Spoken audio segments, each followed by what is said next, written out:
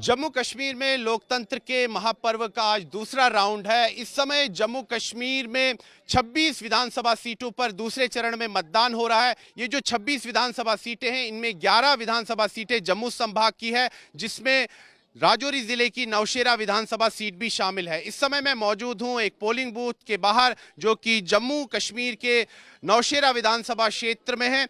और यहां पर आप देख सकते हैं कि लंबी कतारें हैं, लोग जो हैं बड़ा उत्साह दिखा रहे हैं इस लोकतांत्रिक प्रक्रिया में, इन विधानसभा चुनाव में। और सुबह से ही हम देख सकते हैं कि लंबी कतारें पोलिंग बूथ के बाहर हैं, चाहे पुरुष हो, चाहे महिलाएं हो, युवक युवतियां हो, बड़ा उत्साह दिखाया जा रहा है, जो कि बहुत अच्छी बात है। जम्मू कश्मीर में लोकतंत्र मजबूत हो रहा है और अनुच्छेद 370 और 35 से हटने के बाद पहली बार जम्मू कश्मीर में विधानसभा के चुनाव हो रहे हैं। और यहां पर हम खासा उत्साह देख सकते हैं मतदाताओं में। हम यहां पर सीधा जो है यहां की जनता से बात करते हैं, जो मतदाता है, जो वोट डालने आए। जी, आप बताइए, आपका नाम?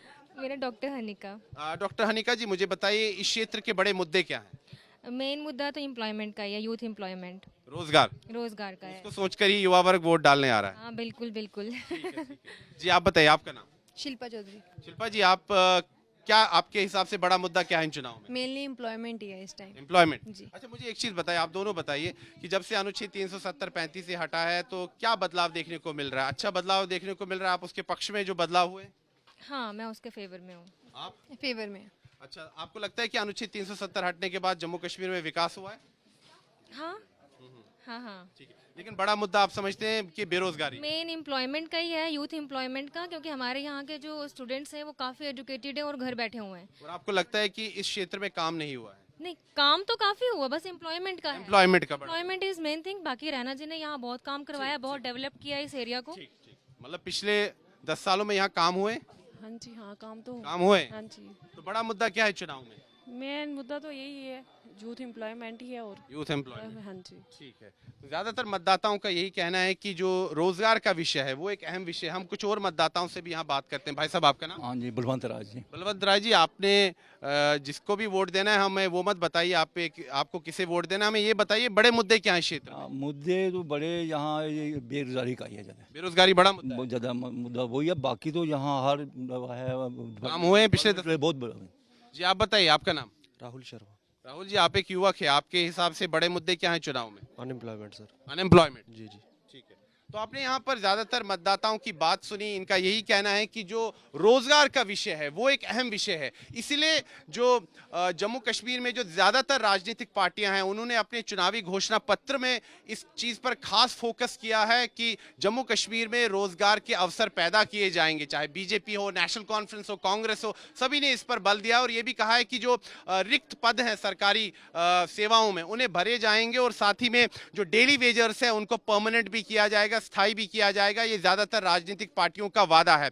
जहां तक इस विधानसभा क्षेत्र की बात है तो यहां पर मुख्य मुकाबला जम्मू कश्मीर भारतीय जनता पार्टी के अध्यक्ष रविंदर रैना और नेशनल कॉन्फ्रेंस के उम्मीदवार सुरेंद्र चौधरी के बीच में है। अगर हम पिछले विधानसभा चुनाव की बात करें तो पिछले विधानसभा चुनाव में 2014 में यहां पर रविंदर रैना ने जीत हासिल की थी। तब सुरेंद्र चौधरी पीडीपी में थे और इस बार सुरेंद्र चौधरी नेशनल कॉन्फ्रेंस की टिकट पर यहां से चुनाव लड़ रहे हैं। और राजनीतिक विश्लेषकों का कहना है कि ये काफी जो है कांटे की टक्कर यहां होने जा रही है और रविंदर रैना के लिए राह आसान नहीं है। हालांकि हमने रविंदर रैना से आज सुबह बात की, उनका कहना है कि वो यहां से विजयी होंगे। वहीं जो नेशनल कॉन्फ्रेंस के उम्मीदवार है सुरेंद्र चौधरी, उनका भी यही मानना है कि उनकी जीत होगी, रविंदर रैना की हार होगी। ये तो पता 8 तारीख को ही लगेगा, 8 अक्टूबर को जब ईवीएम्स खोले जाएंगे। लेकिन आज उम्मीदवारों के भाग्य का फैसला जनता करेगी। 26 विधानसभा सीटों पर आज वोटिंग हो रही है जम्मू कश्मीर में, जिसमें 11 विधानसभा सीटें जम्मू संभाग की है और इन 11 सीटों में राजौरी जिले की नौशेरा सीट भी शामिल है। ये जो नौशेरा इलाका है नियंत्रण रेखा से सटा हुआ है, यहाँ पास ही में नियंत्रण रेखा है, तो काफ़ी संवेदनशील इलाका है यहाँ पर। और जहाँ तक इस क्षेत्र की बात करें तो यहाँ पर हमने वोटरों से बात की, इनका यही कहना है कि बेरोजगारी एक बड़ा मुद्दा है, उस पर काम करने की आवश्यकता है। जो भी उम्मीदवार जीतता है, जो भी सरकार बनती है, तो उसको बेरोजगारी हटाने के लिए, युवक युवतियों को नौकरियाँ देने के लिए काम करना होगा। ये बहुत ही ज़रूरी है, ऐसा यहाँ के मतदाताओं का कहना है। लेकिन जो बड़ी अच्छी बात है, जो अच्छी तस्वीरें देखने को मिल रही है कि लंबी कतारें हम देख सकते हैं। जम्मू कश्मीर में लोकतंत्र की जीत हो रही है, लोकतंत्र मजबूत हो रहा है और लोग जो हैं बढ़ चढ़कर इस लोकतांत्रिक प्रक्रिया में शामिल हो रहे हैं, लोकतंत्र के महापर्व में सहभागी बन रहे हैं, लोकतंत्र के इस महापर्व में शामिल हो रहे हैं। वीडियो जर्नलिस्ट नीरज कुमार के साथ मैं सुनील भट्ट, नौशेरा, राजौरी, जम्मू कश्मीर, आज तक।